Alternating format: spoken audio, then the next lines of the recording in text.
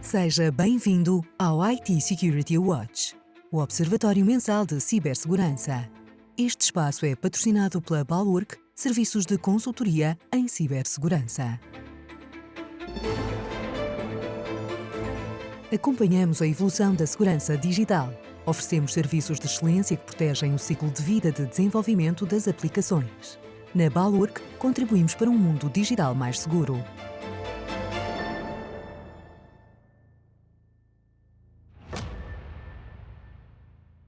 Sejam bem-vindos ao IT Security Watch, um novo podcast da IT Security com o apoio da Balurk, onde mensalmente vamos analisar os temas de cibersegurança, ciberresiliência e ciberrisco que marcam a atualidade. Para falar deste tema, tenho comigo o Ricardo Rodrigues, diretor de serviços da Balurk. Bem-vindo, Ricardo. Vou já começar com as questões. Em que é que consiste o exercício de modulação de ameaças? Quais é que são as principais vantagens? Olá, Rui. Sejam todos bem-vindos. Nós na Balurk acreditamos que o nível de maturidade nas organizações é tão elevado quanto mais inicialmente for incluída a segurança em todo o ciclo de desenvolvimento aplicacional. Portanto, é a segurança by design, a security by design, o princípio de security by design.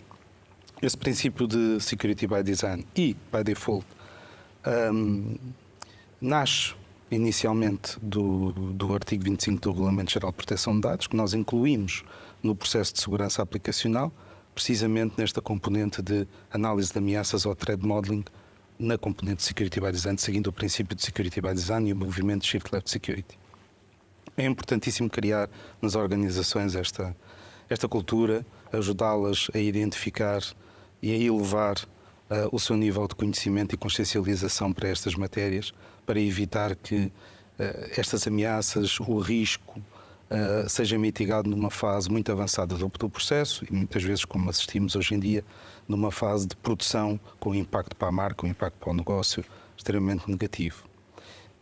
Um dos nossos principais parceiros nesta matéria, a Iris Risk, tem um artigo relativamente recente onde constata que, em média, um defeito no código leva a ser identificado, desde a fase de identificação até à fase de resolução, melhor dizendo, tem uma duração média de 5 horas. Portanto, a pessoa, o humano, demora 5 horas entre a detecção e a correção desse mesmo código, dessa mesma falha. Seja ela uma falha a nível qualitativo, seja ela uma falha a nível de segurança. Numa fase de testes, esse tempo, essa duração, pode multiplicar-se entre 5 a 7 vezes mais. E em produção, 10 a 15 vezes mais. Portanto, isto prova o impacto que isto tem nas equipas, tanto o tempo que leva a ser identificado, e quanto mais prematuro for este processo implementado, é um ganho muito positivo para todas as organizações.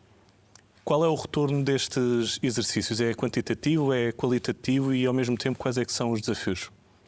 Rui, esse é um fator diferenciador no mercado e que procuramos trazer aos nossos clientes quando fazemos estes exercícios de modulação de ameaças.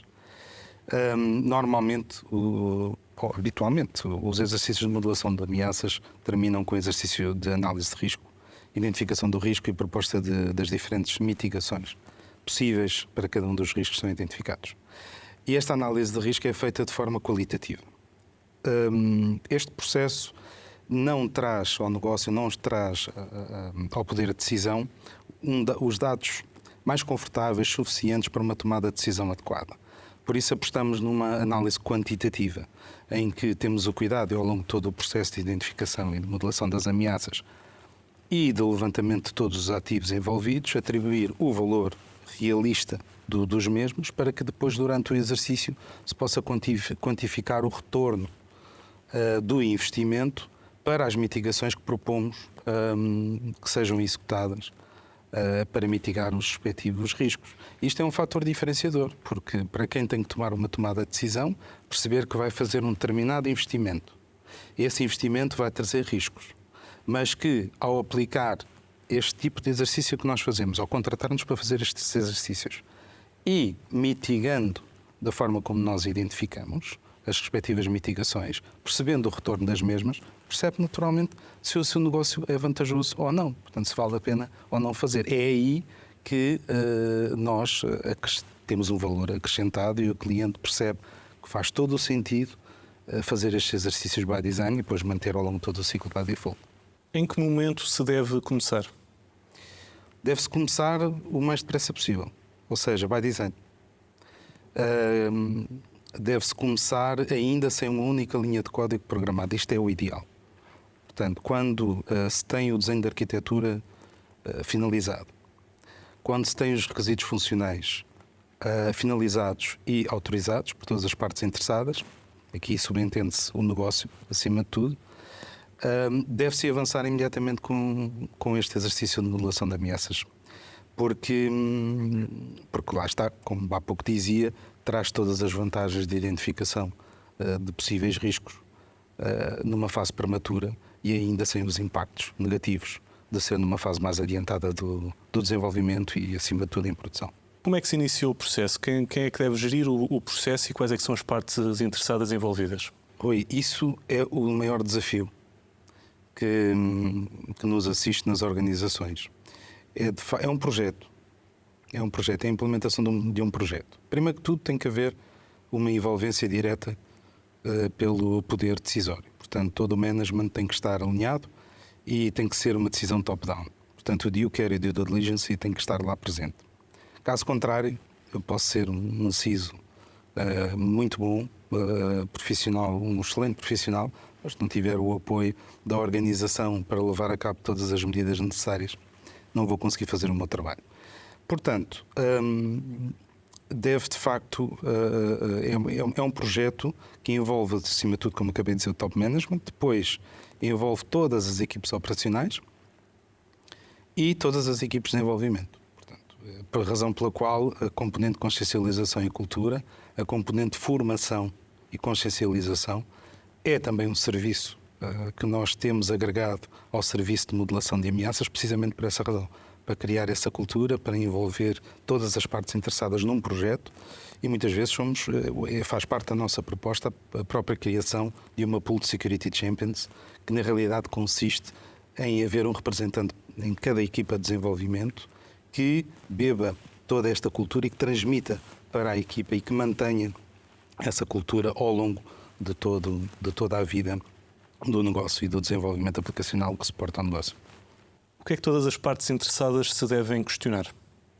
Todas as partes interessadas que fazem parte do projeto que ainda há pouco referia devem fazer as questões que Adam Stossák se fez a si próprio enquanto criador do modelo de modelação de ameaças, portanto este princípio de modelação de ameaças, fez a si próprio, começando por perguntar primeiro o que é que vamos fazer, o que é que nos propomos fazer, qual é o desafio. Segundo, o que é que pode correr mal? O que é que conseguimos prever que corra mal? Terceiro, o que é que podemos fazer para evitar que corra mal? E quarto, qual é o processo de aprendizagem de tudo isto? Ou seja, perguntar-se o que é que podemos melhorar, independentemente da identificação do que podia correr mal, de como é que vamos evitar que aconteça. Há sempre, e haverá sempre, coisas que nós não conseguimos prever. E, portanto, é um ciclo de aprendizagem, é um processo contínuo de aprendizagem. Estas são as 4 perguntas fundamentais e são as 4 perguntas que o autor realmente identifica como sendo as perguntas que as partes interessadas devem fazer. Isto é um processo contínuo ou é um processo único? É as duas coisas. Ainda na primeira resposta referia o artigo 25 do Regulamento Geral de Proteção de Dados, para justificar o porquê do princípio by design, do security by design, princípio security by design, e também referiu o security by default. Portanto, o processo contínuo corresponde ao security by default, o processo único deve corresponder ao security by design, ou seja, iniciar o mais cedo possível. Há pouco falávamos ainda numa fase de arquitetura fechada, todo o ecossistema onde o portfólio aplicacional vai assentar, etc.